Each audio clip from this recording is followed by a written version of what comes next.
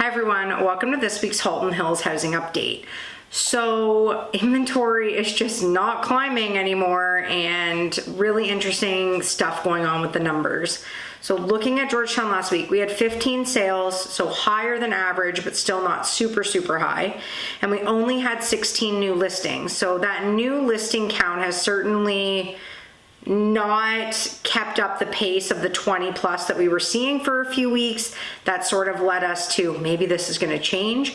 So not a ton of new listings. Sales are still pretty strong. So that's not great news for overall inventory in the market. Looking at Acton this week, they had 5 sales and 4 new listings. Acton is just moving along with sales. Like, it was so dead for so long. Now every week we're seeing like 4 to 7 sales in Acton. So good news for sellers in Acton that the market is turning there again. Glen Williams this week had 1 sale and 1 new listing. No sales or listings in Limehouse, and the rural market had 1 sale and 3 new listings. So something to note when I was looking at, so every week I pull like what expired, terminated, suspended, and then I pull out the relists from the new listings that came up to make sure I'm not saying there's a new listing when it's just really someone relisting and changing the price. Anyways, so looking at those numbers this week, we had 7 properties come off the market this week and not re-enter. They may re-enter in the next couple of days, but from last week they haven't re-entered. So that's another thing that's keeping our inventory low, is we're actually seeing some properties come off the market. So looking at active inventory, all of Halton Hills is down this week from 129 down to 126 active listings in all of Halton Hills. Again, it's a bit higher than around the 98 to 105 where we were teetering for a very long time, but it's certainly nowhere near the peak. So we have a long way to go before we start to feel a big shift in the market due to inventory. Georgetown this week is down. We were at 70 listings last week. We're down to 69 active listings. So still, just inventory is not climbing in Georgetown. It's where we're seeing the most sales, and things are certainly still moving there. Interesting looking at the price points this week. So under 800,000 went down to 8 active listings from 10. Most of those are condo or condo townhomes. A bunch of them are in the sold conditional status. So lots of movement there. 800 to $1 million, weirdly, that price point is up. So it went from 9 to 14 active listings, which is, I mean, still not high, but a good number. And there's quite a bit of, variety available in that pocket. And the notable price point is 1 to 1.5 million. Last week we were at 17. This week we're down to 13 active listings in that price point. That is very low for that price point.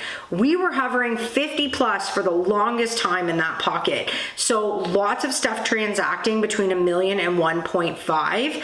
And it's certainly been a shift compared to what we were used to seeing there for a while, but that price point is very busy again.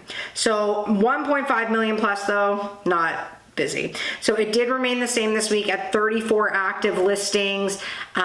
We still have a lot of buyer hesitation in that higher ticket product. So it's definitely not moving the way that any of the other price points are moving. It's actually pretty rare to see something transacting over 1.5 million still, even with sales as high as they are. It's still like, oh, good for them. Like, they sold at $2 million, because it's just not happening as frequently anymore. So now looking at Acton's inventory, we were at 20 last week. We're down to 18 active listings in Acton. So inventory dropped below that 20 mark.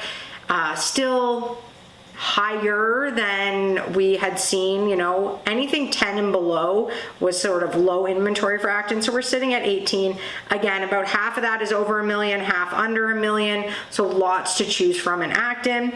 Glen Williams is up from 8 to 9 active listings.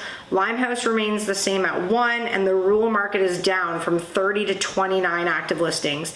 And again, these drops in inventory have a lot to do with those 7 coming off the market. Our sales to new listings were pretty even this week, but with 7 properties coming off the market, that certainly is not going to help our inventory, to climb, because these people are pulling their houses off the market, whether they're not getting the price they want, whether they have decided that they don't want to there's tons of reason why people pull their properties off the market, but 7 of them certainly hurts our overall inventory levels. So that's where we're at this week. I really thought that June would be a month that we'd start to see inventory climbing, and that was pointing in that direction the whole start of the month. But now that we've seen listings slow down, as we always do going into the summer, it really is keeping the market busy. If we have historic levels of new listings in July and August, I think we're gonna go into the fall with a very scarce market. Like this time last year, we were almost hitting our peak of inventory. In the next couple of weeks is when we were hitting that 180 to 190 mark. And so we're just nowhere near that this year. And like I said, in the summer, people just don't list their houses as frequently. So if we don't see that, I think we're gonna have a really strong back half, despite the fact that interest rates, again, might be going up. I think that without more inventory, because the buyers are active, we are gonna continue to see a really strong market if we can't see more inventory hitting the market. So if we don't see a major spike this week, I think that our summer is actually going to be very quiet for listings, and we could get right back into a very low inventory situation. So I will be back next Tuesday. Have a great week, everyone.